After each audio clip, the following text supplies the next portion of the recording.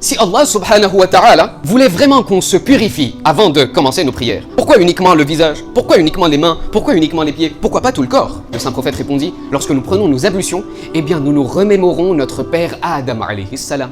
Lorsqu'il se trouvait au paradis, Adam s'est dirigé vers cet arbre et a mangé de ce fruit en particulier. Lorsque Allah subhanahu wa ta'ala lui a dit, toi et ton épouse, habitez dans ce paradis, attention, ne vous approchez pas de cet arbre. Adam, à l'aide de son visage, eh bien, il s'est dirigé vers cet arbre-là. Lorsque nous lavons notre visage, nous pensons au visage que Adam avait tourné vers cet arbre-là. À l'aide de ses pieds, il s'est rendu jusqu'à cet arbre. Lorsque nous lavons nos pieds, eh bien, nous pensons à ces pieds que Adam, à l'aide desquels il s'est rendu vers cet arbre-là. Lorsque Adam arriva vers cet arbre, eh bien, il avait tendu sa main et c'est à l'aide de cette même main qu'il prit ce fruit et qu'il mangea. Lorsque nous lavons toute notre main, eh bien, nous pensons à ces mains que Adam avait tendues vers ce fruit-là. Lorsqu'il eut fini de manger ce fruit et lorsque Adam réalisa le tark aoula qu'il avait fait, par signe de regret, par signe de remords, il avait emmené sa main sur sa tête. C'est la raison pour laquelle nous faisons masah sur la tête.